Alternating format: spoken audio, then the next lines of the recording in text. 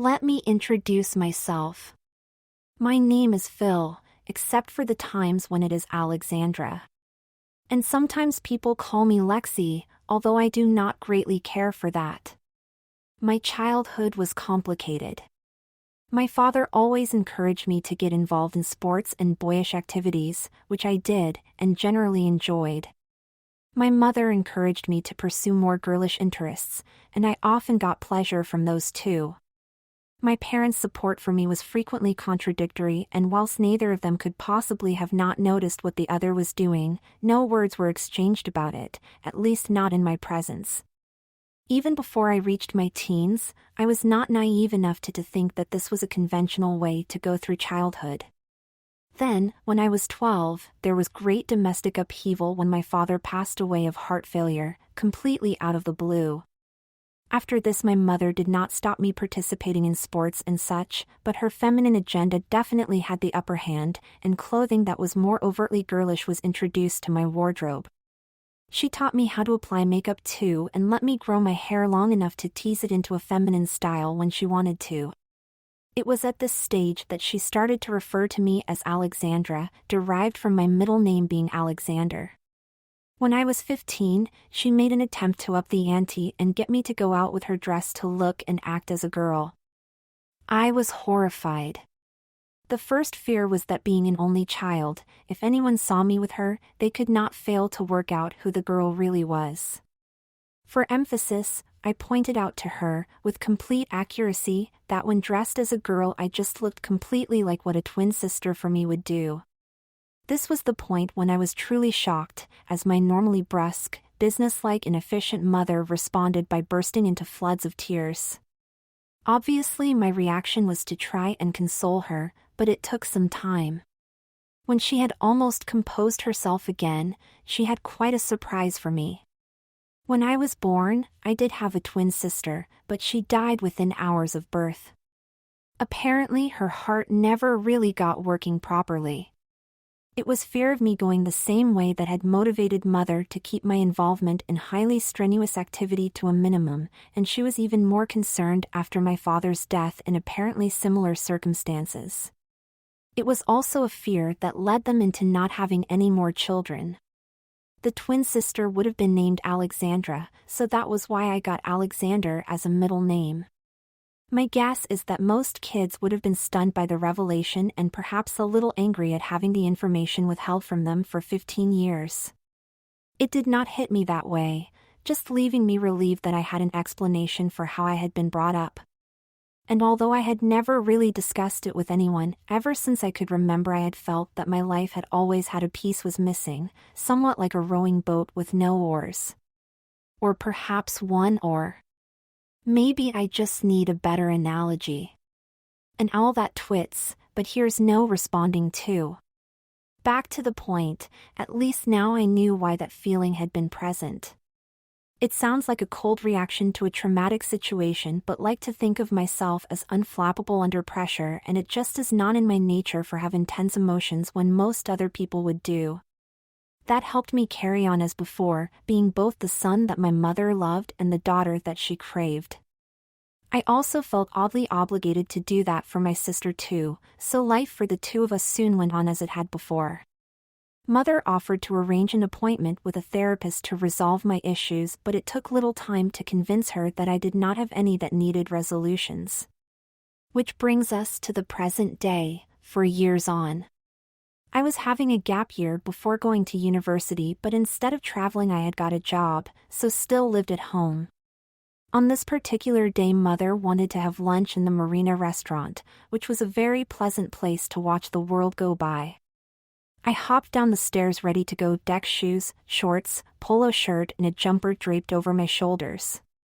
All very nautical. Mother looked at me disapprovingly. "We are meeting Mrs. Ross and Michelle, so this is one for Alexandra," she explained. This was not good news. I was never sure from where Mrs. Ross had emerged as one of Mother's friends, but her presence at this lunch meeting was going to be very hard work. Her daughter Michelle, who was a couple of years older than me, had been due to get married, but the groom dropped out at short notice.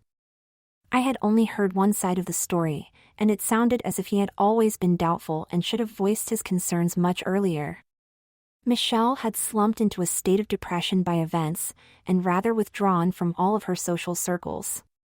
Having never met me as Phil, Mrs. Ross had then decided that Alexandra would be a nice new friend for Michelle. Initially, the lack of conversation had been excruciating, but Michelle was slowly opening up, which was a small victory for her mother's plan.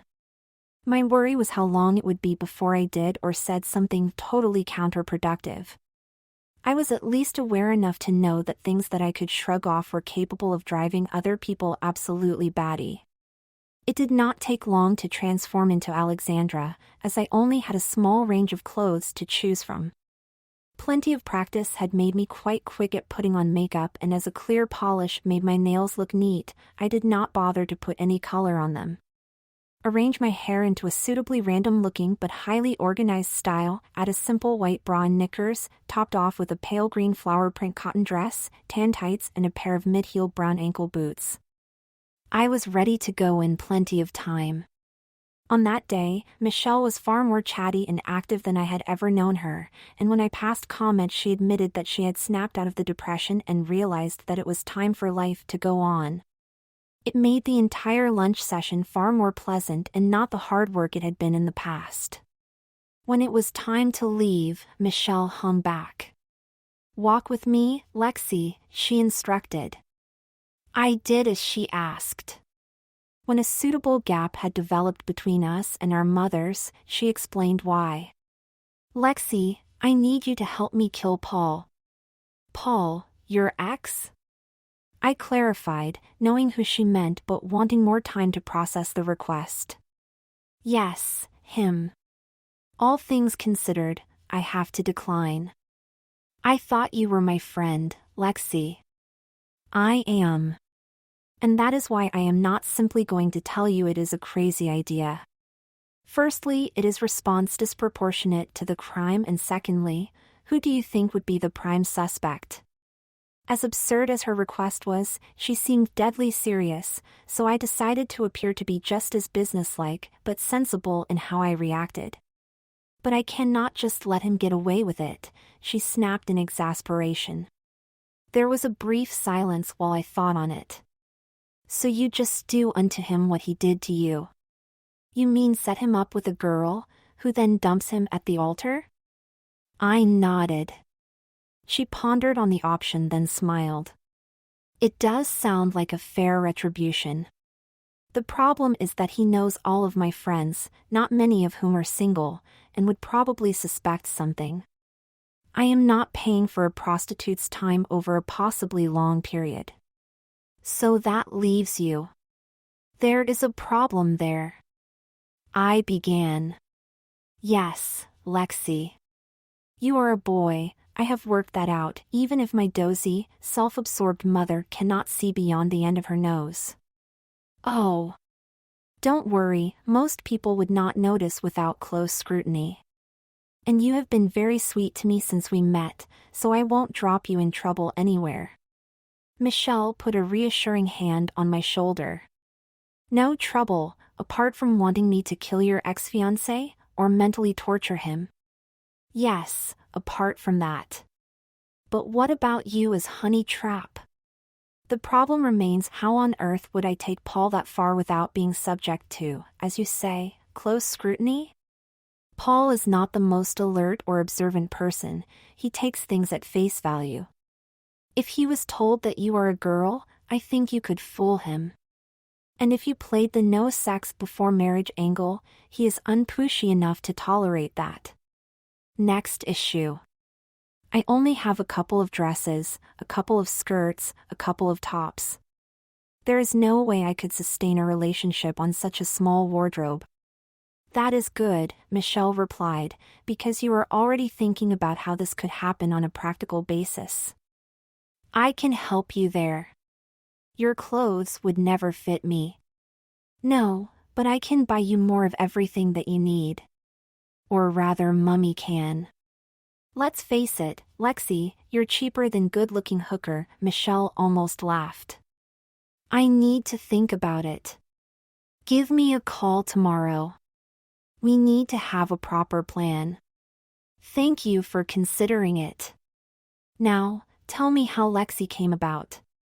3 days later, I stood in a coffee shop queue right behind Paul. Michelle had told me that it was his favorite lunch stop, so the plan was to bump into him by intentional coincidence there. Running in heels was not something that I had worked on, so getting from the car to immediately behind him in the queue to order was quite tricky. Heroically, I managed to do it. He bought his lunch, and as he turned I managed to accidentally step into his way. He did brush against me but thankfully avoided spilling his coffee on the new cream blouse that Michelle had given me as part of my office worker uniform. Oh Christ, I am so sorry, Paul apologized. I made an act of brushing myself down and checked my clothes. No harm done, I smiled. There was a pause. Aren't you Paul? Yes, he answered very guardedly. Do I know you? We met once. At Michelle's 21st birthday bash. My name is Alexandra. Sorry to hear that you guys split up, by the way. He still looked a bit puzzled, but he was intrigued too. Would you like to have a chat over lunch? It is a bit busy in here, but they saved me a table because I come in here a lot. The hints being dropped suggested that the plan was working. I ordered a small salad and a coffee, then went to his table. I was at only Michelle's due because our mums are friends. I don't know her all that well, she is a little older than me, I explained. Yeah, I must admit that I do not really remember you. We were introduced, but I was a little shy. There was nobody there really of my age, and after I arrived I decided that I hated my choice of dress to wear. A fussy purple thing. All this was as per the script worked out with Michelle. That slightly rings a bell, Paul encouragingly lied. Or did I really have that power of suggestion in my voice? Science may never know. What suddenly brought you in here? He asked. I work for the water company. A couple of days a week I have to pop out and collect the water quality samples and readings from a few local sites. Got that job because I am the new girl in the office. I just fancied a coffee on the way, but I was going to get a takeaway. I beamed sweetly at him. The bit about working for the water company was the first true thing that I had said in the conversation, but my ability to lie convincingly was greater than I expected. Michelle had trained me quite intensely on that. Can't they collect it with an online connection? Probably, but it is nice to get out of the office on Tuesdays and Thursdays. So might you pop in here regularly, at this time? Yes, I might well do that. Anyway, it was nice to meet you again, Paul. It was nice to meet you again, Alexandra. He stood up as I left, which seemed unusually polite. As I left, I was forced by cues into squeezing tightly in a narrow gap between tables, rather than take the longer, easy way out. With a tight black skirt and black heels on, I made a point of breathing in.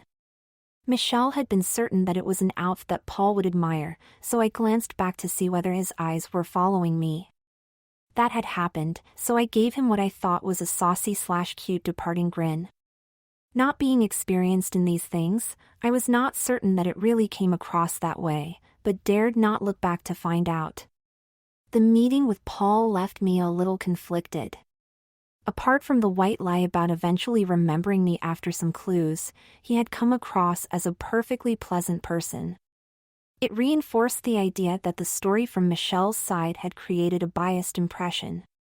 That evening I phoned Michelle and described the encounter. She was certain that our quarry had taken the bait.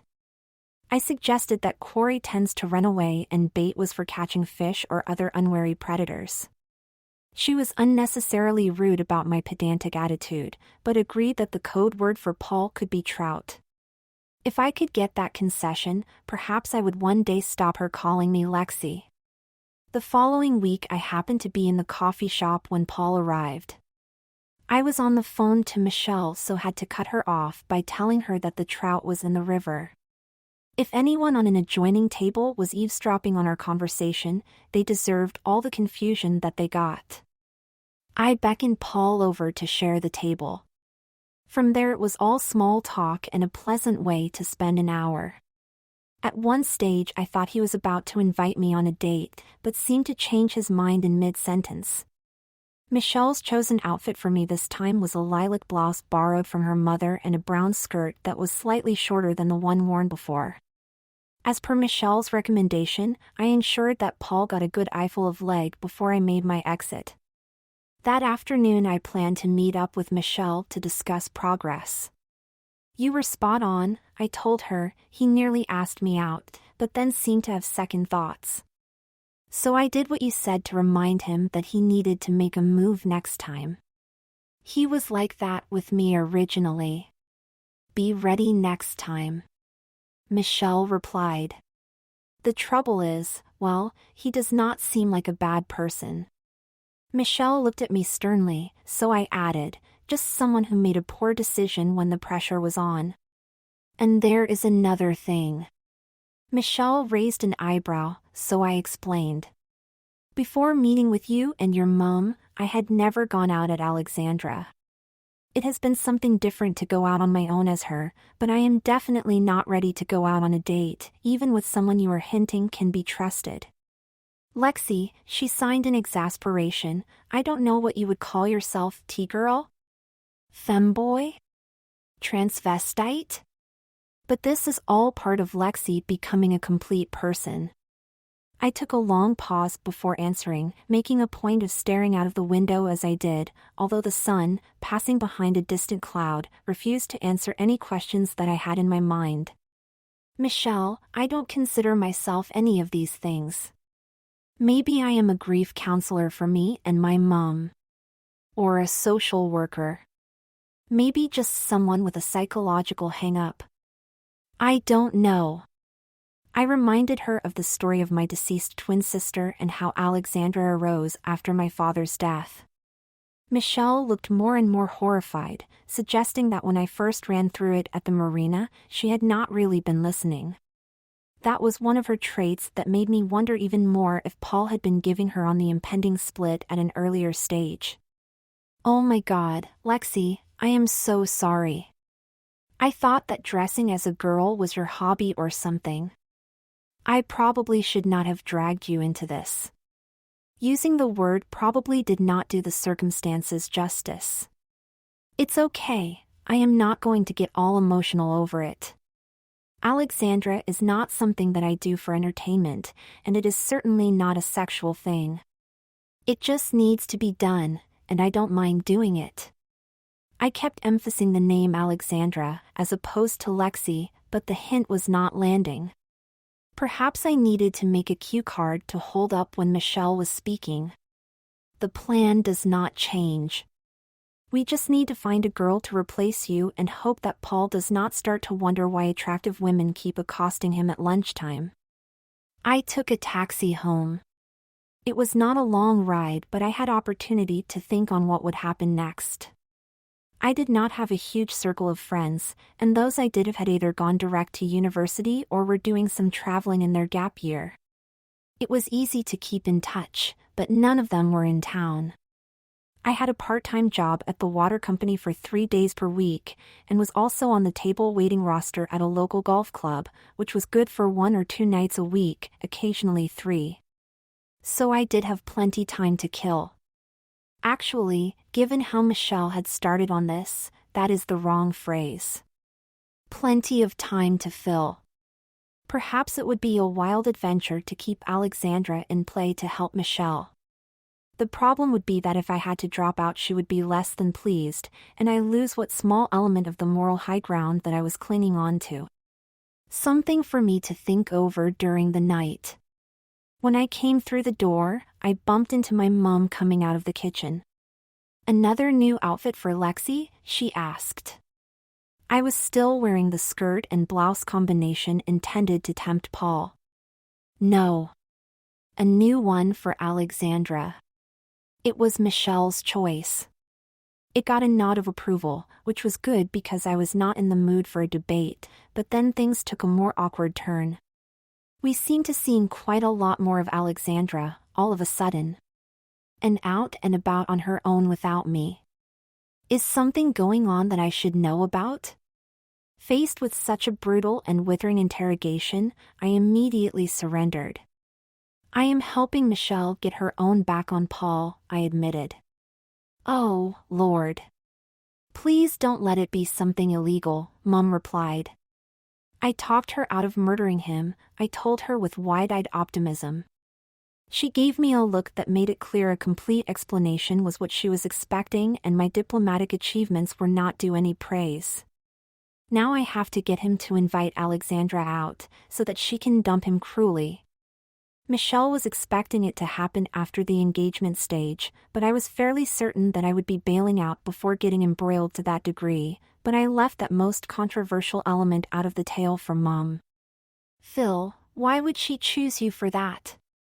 It is bound to go horribly wrong.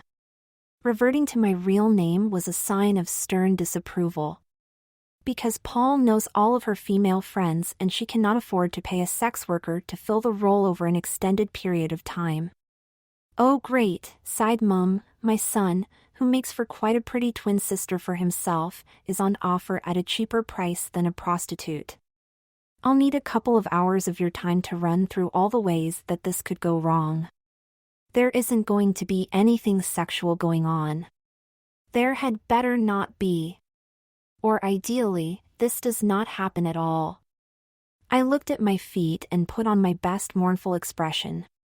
It did not take a genius to work out that Mum was completely right, but there was a crazy adventure at stake, one even crazier than what Kanye West is doing at this moment, to steal someone else's joke. Next morning, on the way to work, I rang Michelle but there was no answer, so I left the melodramatic message Alexandra is fishing for trout again. Quite a while later she texted back. "Gr8, you are a good friend, Lexi." I did type FFS in reply but changed my mind about sending it. One of the comfort factors in following this plan was that Michelle did have the knack of predicting exactly what Paul would do next, so the chance of being pitched into situations that I was not equipped to handle was as low as possible.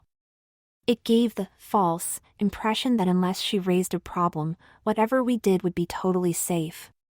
It also increased my concern that Paul might not be the bad guy in this conflict and I had been press-ganged into the wrong side. After Michelle correctly predicted that on the third coffee shop encounter Paul would ask Alexandra out to dinner and to a restaurant that was on her short list of 2, I was even more comfortable in depending on her for guidance. Michelle was instantly on the case for getting me a suitable outfit for a date, without much input from me, it has to be said. I feared ending up with something badly over the top for just a quick drink and a curry. Instead, she acquired a navy blue satin midi skirt and a cute striped linen shirt in a few shades of pink to match with it. It was not something that I would have chosen, but I did like the look when I had it on. Paul did offer to pick me up from home, but my self-preservation instinct was to say that I would meet him there.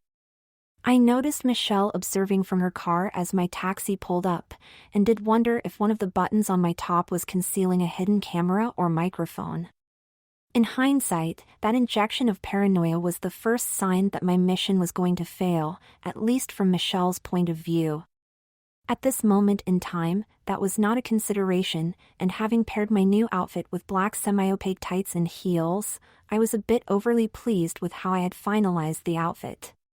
Paul was sitting in the window of the pub where we intended to meet, and once I had spotted him, I stopped and used a shop window as a mirror with which to move an imaginary out-of-place hair, Michelle's idea, to be used in the pub if not possible before. The evening was a pleasant one of trivial talk, and as it wound down I texted Mum to pick me up.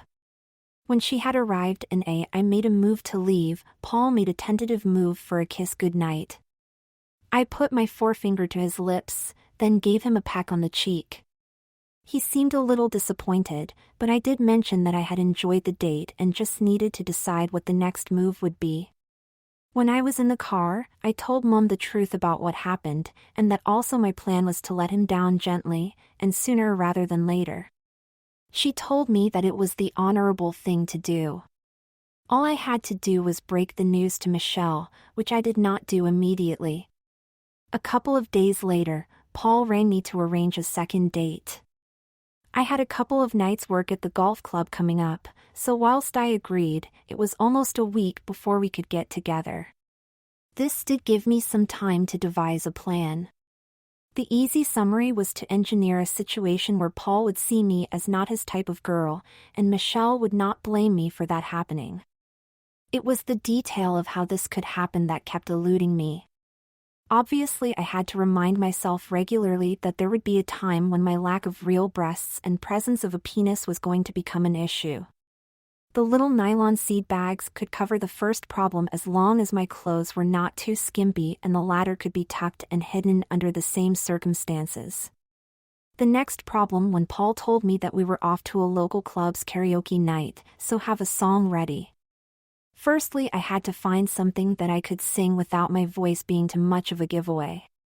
Secondly, this was not just a lame no-hopers thing. The evening was well known in the area for attracting good singers, and after they had started their turn, a good performance could become a big sing-along. As a cool place to go, there was a risk of bumping into one of my recent classmates from school, and Alexandra and Phil did not look different enough to pull that off. In fact, as I thought about that, I realized that I had been a little lucky to get away with that scenario so far. As Phil, I listened mostly to the current wave of prog rock, most of which was too obscure for a karaoke night, and I was not going to shame myself by launching into some feeble chart pop. Having inherited my dad's music collection, I was short of inspiration too. For a man I remembered for being laid back and fairly happy through life, he had a lot of dark music. Expecting no useful answer, I asked Mum in desperation whether she had any ideas, and she pleasantly surprised me by first suggesting Blondie. Or if not, some Rolling Stones. I liked the idea of singing Hanging on the Telephone, but Gimme Shelter was the dependable choice, or as jolly as any song about impending rape and murder can be. On date night, my plan to ward Paul off was a more striking outfit, of the sort that Michelle said he was not impressed by. I had a short black dress to match with some lace tights, and went down the red lipstick and nail polish route. The image created was the one I was after, and I noticed that Paul did let a flicker of non-approval cross his face when we finally got together. Instead of heading directly to the club, he invited me to take a stroll along the riverside. I could have declined with a "what, in these heels?" sort of way, but I could tell he was serious, and the path was paved. After we had gone a short way, he spoke hesitantly. "Listen, Alexandra, I have enjoyed our little get-togethers, but, I am not sure that you're, my sort of girl. It's a bad cliché, but we seem more like, friends than people heading into a relationship." I could tell that he was expecting a bad reaction from me. Instead, I smiled and hugged him. "Oh, thank God," I replied. He looked at me puzzled, so I continued. I was thinking along the same lines, just didn't know what words to use. Up to that point, I had been the one doing the hugging, and he was standing there just a bit dumbfounded. With a touch of awkwardness, he hugged back. The mutual relief at the lack of anger was palpable, which led us to hug a little longer. Eventually, we disengaged smiling. After that, we continued the walk along the river, talked some more, filled in some gaps, and generally ensured that we parted on amicable terms. I was feeling quite pleased that this had ended as I planned, even if it turned out to be nothing of my doing.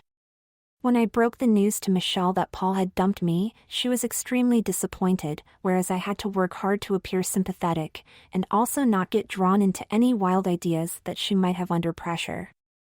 I had already had one miraculous escape from a foolish situation to have gotten Paul, so I had supreme confidence that I could assure Michelle that fate was telling us, or specifically Michelle, that murder was not destined to be a factor here. "Oh well, it was worth a try," was her only verbal response. In fact, she was so philosophical about the setback that I was suspicious that she had another plot bubbling away. As for me, I had now realized that I ran the risk, however small, of accidentally meeting Paul around town and looking exactly like his only child ex-girlfriend, short term. That was a problem for Phil, but Alexandra had got a couple of new outfits at no cost. It was good that I had this in mind, because Michelle suggested that she could tell Paul that I had committed suicide as a consequence of his dumping me. When I told her what happened, I might have glossed over the details of how it had been a moment of mutual sighs of relief, so all I could do is explain that I was not prepared to become a hermit in order to carry out her alternative scheme. Needless to say, I did run into Paul sooner rather than later, because fate usually hates human beings, and the manner of the split with Paul had used up all my credit with it. Actually, it was a case of almost ran into him. I was in Wilko in the town centre. For those who do not know the British chain store Wilko, it is a panoply of delights for people who feel a sudden need to buy, for example, a print of a leprechaun, some tins of dog food, and a teapot.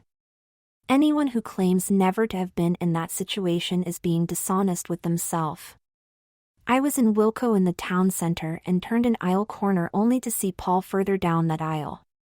I retreated back where I came from and decided to wait until he had left before going to the checkout.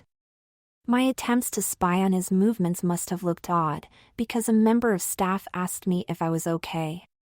Using the skill for spontaneously developing plausible lies that Michelle had instilled in me, I explained that I was avoiding my sister's recent ex-fiancé because I did not want to get stuck in an awkward conversation. The lady who had checked on me was sympathetic and actually let me know when Paul had paid and left, whilst I browsed unconvincingly around one end of the shop. A loyal Wilko customer for life, that's me. My solution was quite drastic: a haircut. There are now two versions of Alexandra. At home she is still blonde, but the hair is short enough to wear a longer brunette wig if out and about, which is not all that common. Now I just need fate to be nice and never drop me badly in at the deep end with something that I cannot handle. But as I said earlier, I think I can cope with most things fate may land me with. Even Michelle.